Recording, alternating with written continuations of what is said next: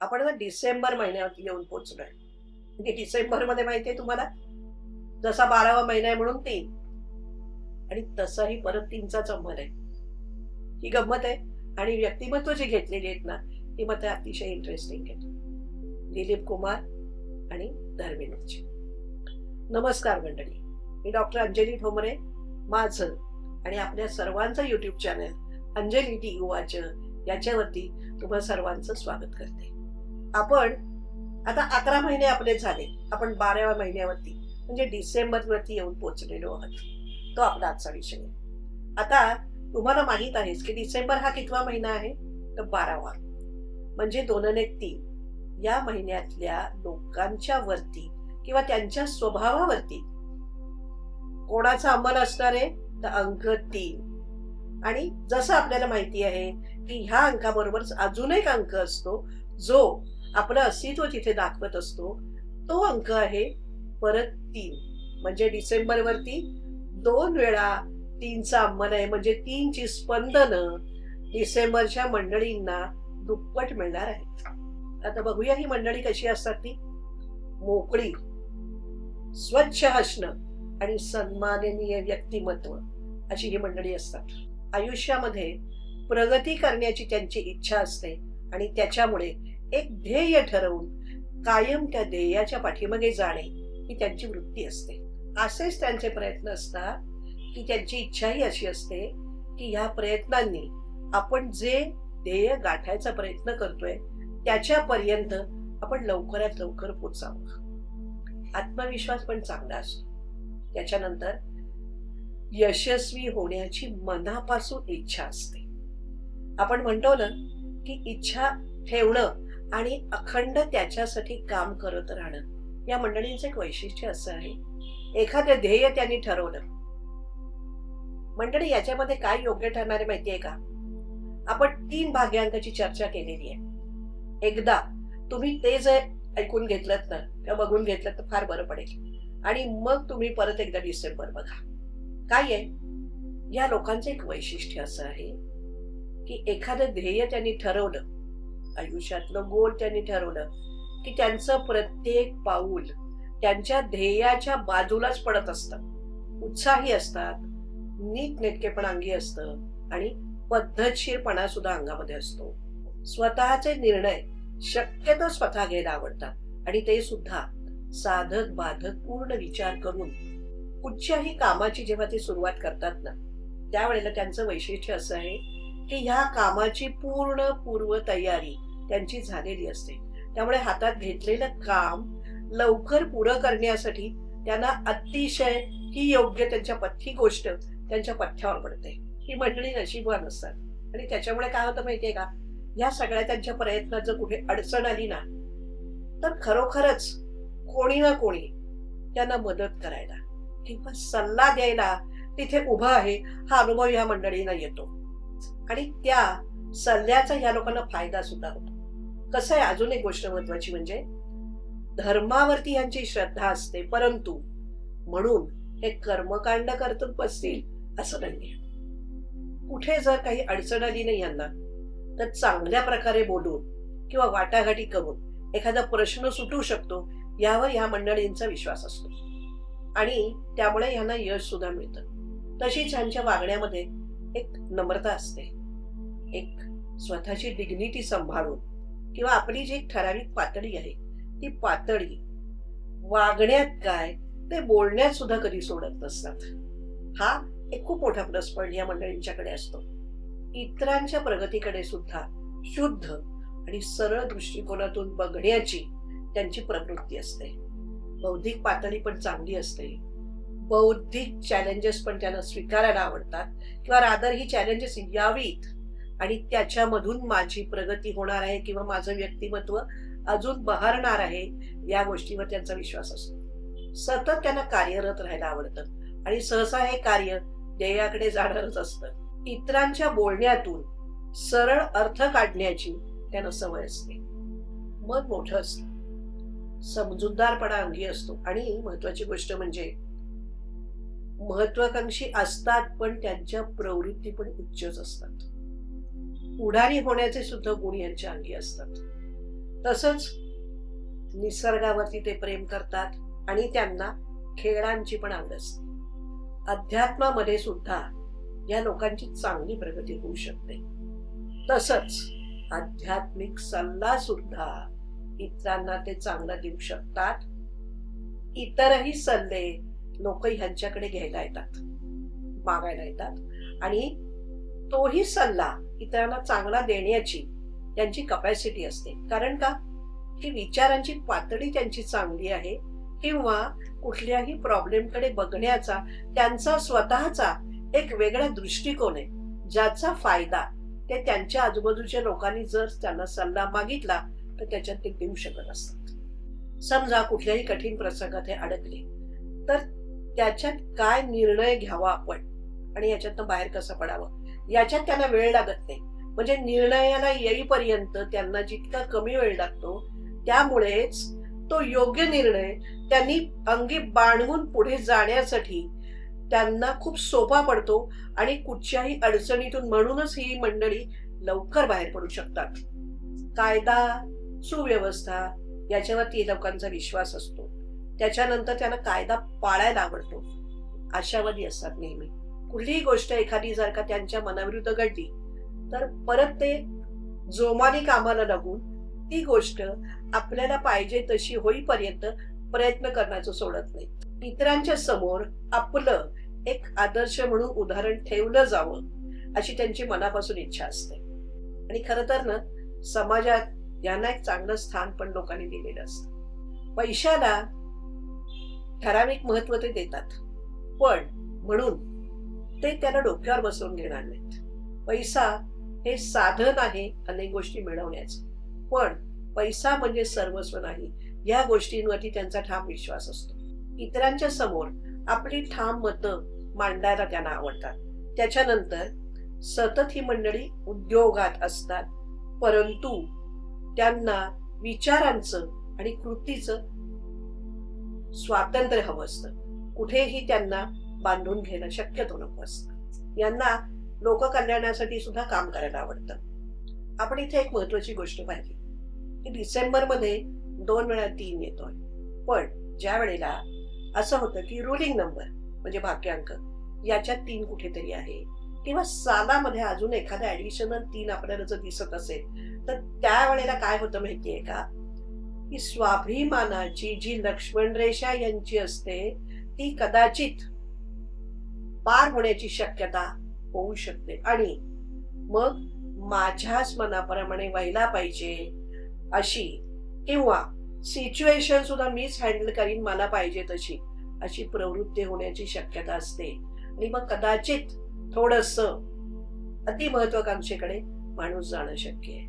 आणि अशा वेळेला हुकुमशाहीचे काही ट्रेड्स आपल्याला या मंडळींच्याकडे दिसू शकतात. आता आपण त्यांच्या प्रकृतीकडे वळूया. काय आहे, सतत कामात असतात ही मंडळी आणि याच्यामुळे अशी शक्यता एक आहे की यांना कदाचित थोडी विश्रांतीची कमी वाटू शकते आणि त्यामुळे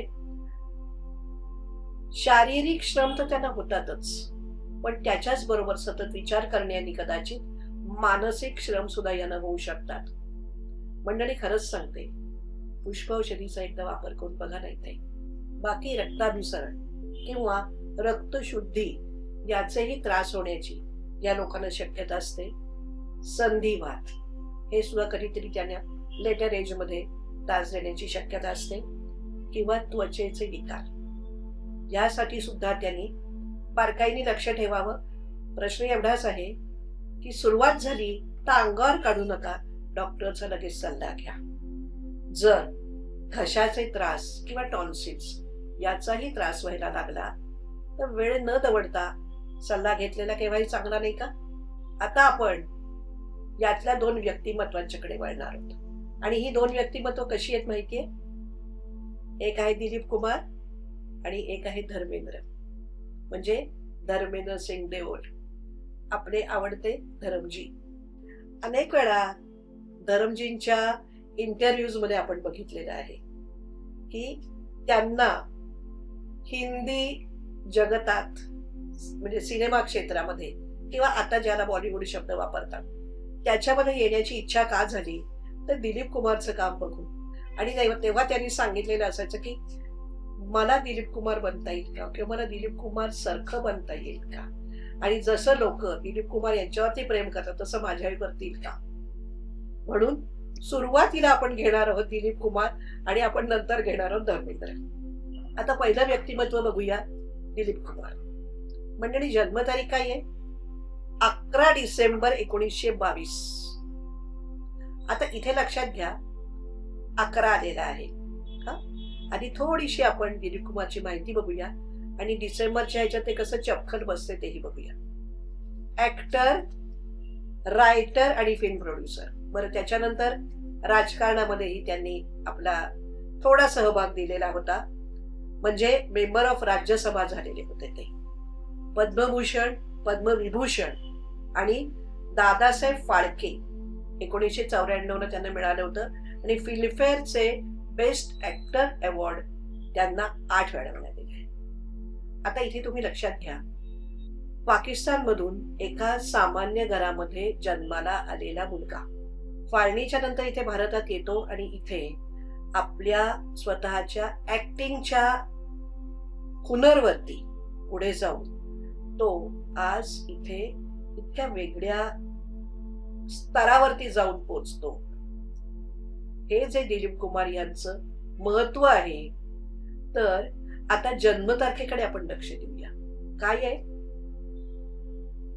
कुठचाच रोल असा नव्हता की त्यांनी नाहीये केलेला. किती सिनेमे आठवावेत त्यांचे. इमोशनल आहेत, त्याच्याच बरोबर रोमॅन्टिक पण आहेत, त्याच्याच बरोबर अंदाज सारखा जो सिनेमा होता त्याच्यामध्ये त्यांनी केलेलं जे एक दुःखी व्यक्तिमत्व, म्हणजे यांचं तर प्रेम आहे पण हिरोईनचं प्रेम आपल्याला मिळू शकत नाही अशा ह्याच्यात त्यांनी केलेला रोल, वेगवेगळ्या प्रकारच्या रोलमध्ये स्वतःला त्यांनी झोकून दिलं होतं. मंडळी, भाग्यांक 2 आहे, पण तो कशाने बनलाय? 11 बनलाय.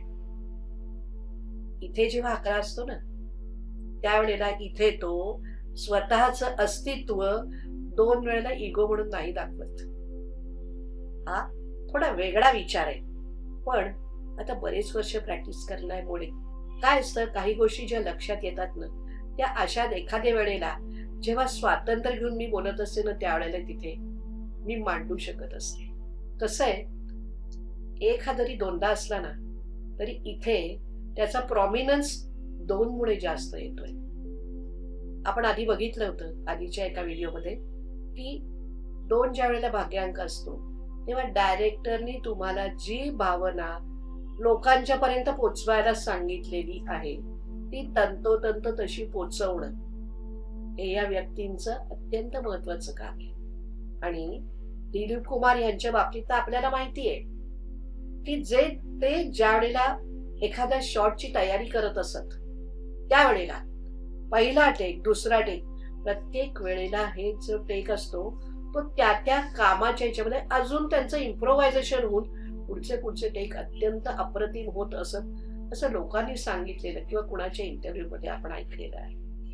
तेव्हा ते जितके जास्त त्या इमोशन मध्ये जातील तितकं त्यांचं ते ऍक्टिंग जास्त प्रभावी होत जायचं. कसं आहे, आता तुम्ही एक बघा, 11 डिसेंबर 1922 हा जो एक आहे हा 4 वेळा आलेला आहे. 11 मध्ये 2दा आहे, 12 मध्ये 1दा, 1922 मध्ये 1दा आहे. हा आपली स्वतःची एक नंबर. अजूनही एक गोष्ट दाखवतो, त्यांची वरती जाण्याची कपॅसिटी.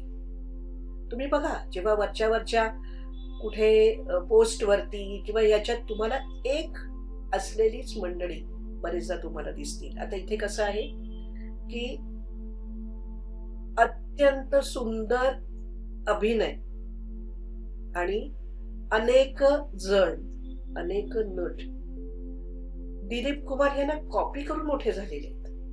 मग ओरिजिनल काय असेल? आपण कधीतरी, म्हणजे आता खरं तर ना एक वेगळ्या दृष्टिकोनातून सुद्धा दिलीप कुमार यांचा प्रत्येक पिक्चर आपण बघितला पाहिजे. मंडळी, मधुवती हा पिक्चर मला आता आठवतोय आणि त्याच्यामध्ये जुलमी संख आखलडी हे जे गाणं होतं वैजयंतीमालांनी म्हटलेलं, त्याच्यामध्ये वैजयंतीमालाचाही अभिनय आणि दिलीप कुमार यांचाही अभिनय आपण विसरू शकत नाही आहोत. त्यामुळे हे सगळं असताना माणूस सर्वात वरच्या पायरीवरतीच जाऊन थांबणार आहे ना. 4 वेळा 1 आपल्याला हे सांगतोय, पण भाग्यांक 2 आहे.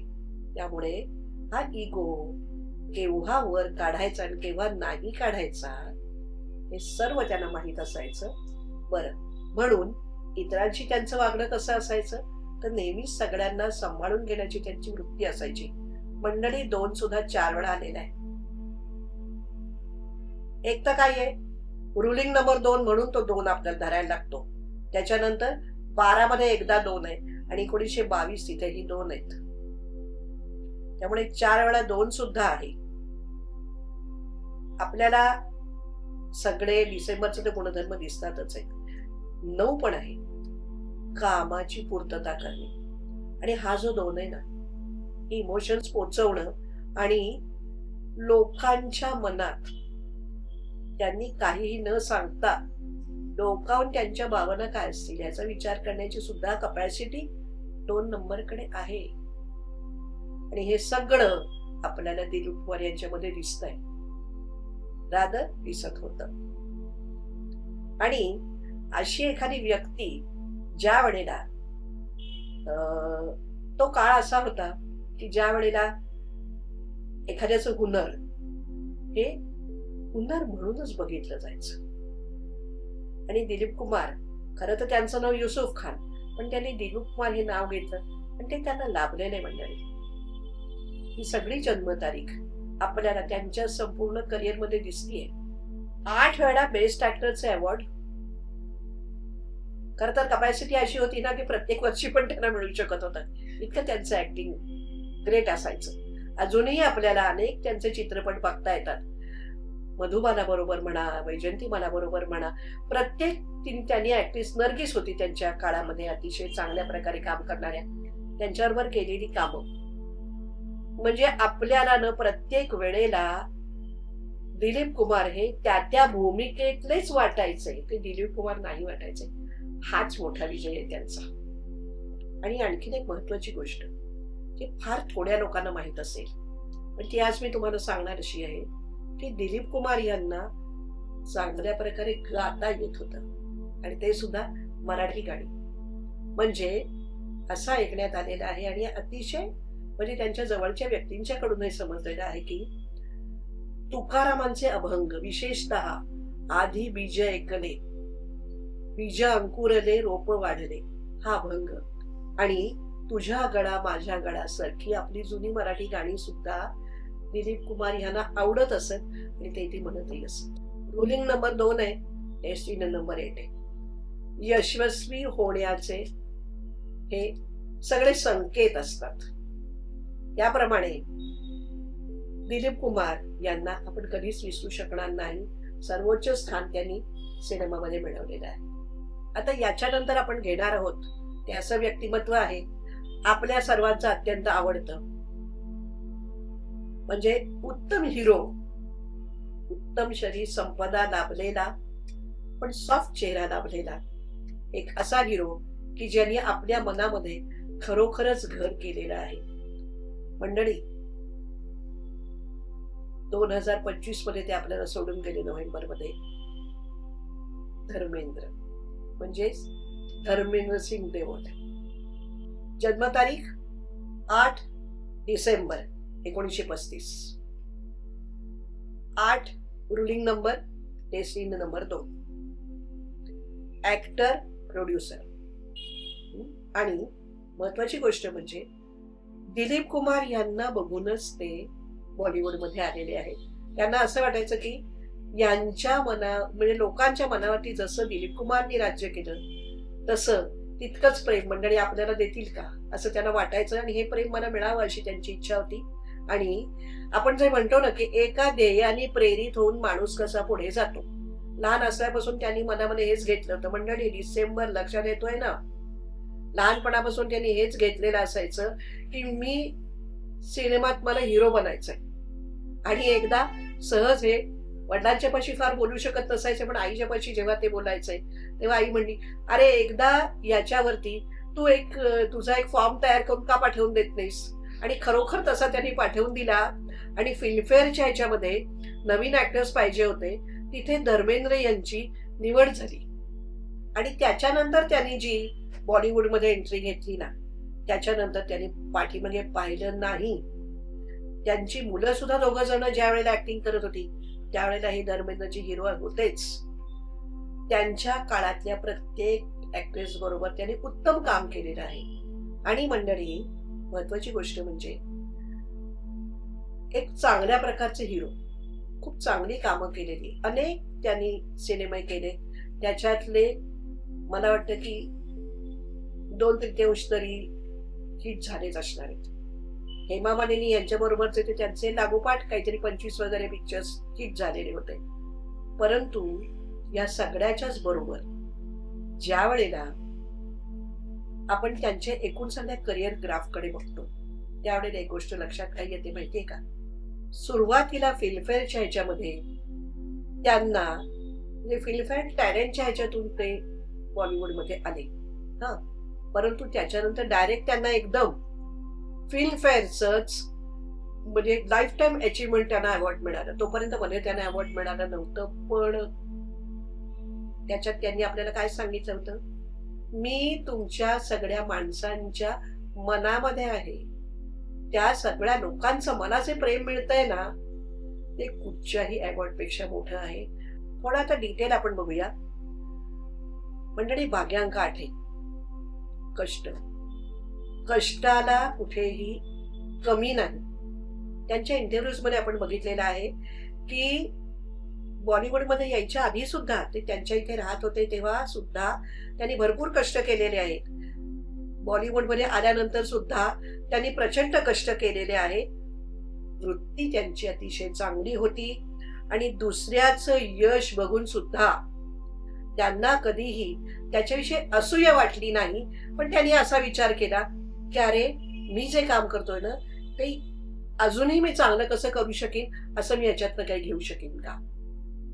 ज्या वेळेला त्यांना लाईफ टाईम अचीवमेंट अवॉर्ड मिळालं त्यावेळेला ते त्यांना मिळालं ते दिलीप कुमार यांच्या हातून मिळालं. त्यावेळेला त्यांनी जे भाषण केलेलं आहे त्याच्यात तुम्ही बघा, हे त्यांच्या मनाचा मोठेपणा आणि मनाचा चांगुलपणा त्या त्यांच्या भाषणात उतरला होता.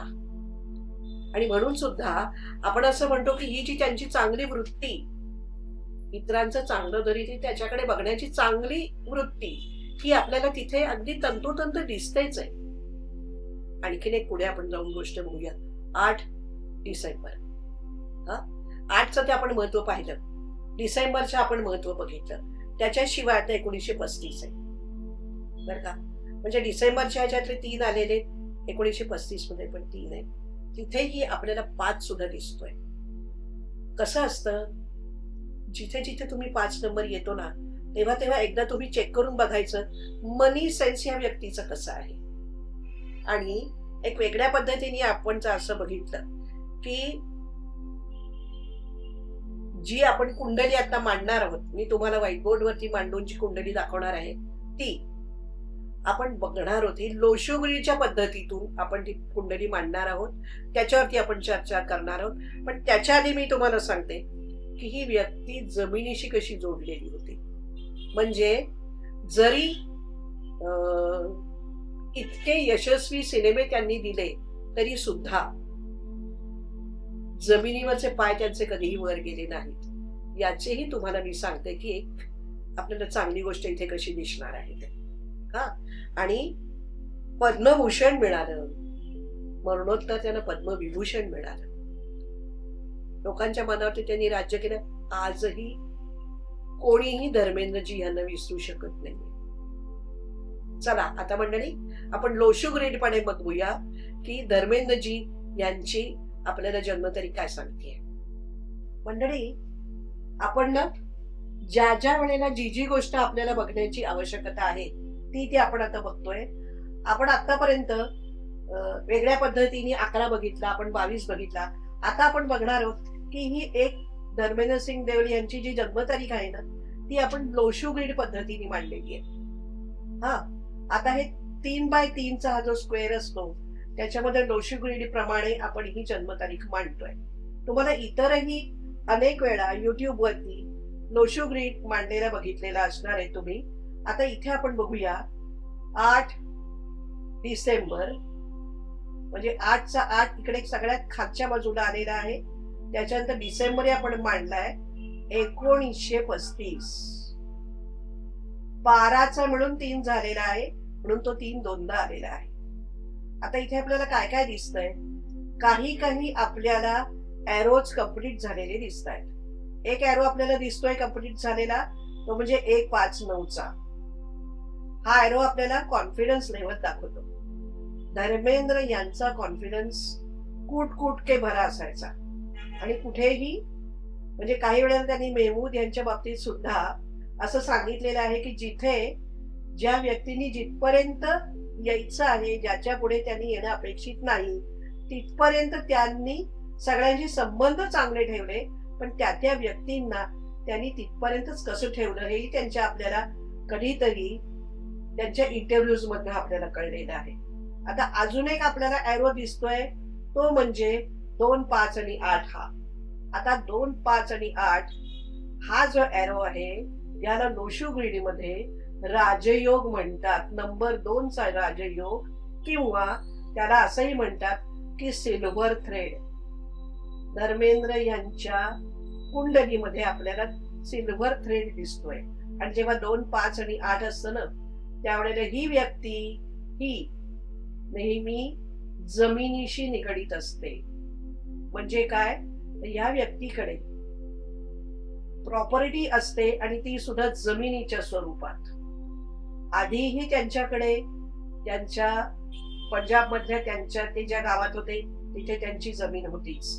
आणि त्याच्यानंतर ज्या वेळेला त्यांनी आता असं ठरवलं की महाराष्ट्र ही त्यांची कर्मभूमी आहे, त्यावेळेला त्यांनी लोणावळ्या खंडाळ्याच्या जवळ अनेको एकरचं त्यांचं फार्म हाऊस आहे आणि त्याच्यामध्ये ते अनेक पिकं घेतात, ते अनेक गुरं पाळतात. तिथे त्यांचं एक असं लेक आहे की ज्याच्यामध्ये भरपूर पाणी आहे, तिथेही त्याचाही उपयोग ते करून घेतात. म्हणजे तुमच्या लक्षात येईल की हे जेव्हा 2, 5, 8चा सिल्वर थ्रेड येतो, तुम्ही तुमची जन्मतारीख चेक करून घेऊ शकता. आणि जिथे शक्य असेल तिथे बरेच वेळा कसं असतं, आपल्याला संधी असते पण आपल्याला असं वाटतं की अरेच्या मी जमीन खरेदी करू का नको. पण ज्या वेळेला असं तुम्हाला दिसत असेल ना, तुम्ही जरूर जमीन खरेदी करण्याचा विचार करू शकता. हे त्यांच्याकडे जे आहे. आणखी महत्वाची गोष्ट अशी आहे की त्यांना कायम भूमीशी निगडीतच ते राहिले.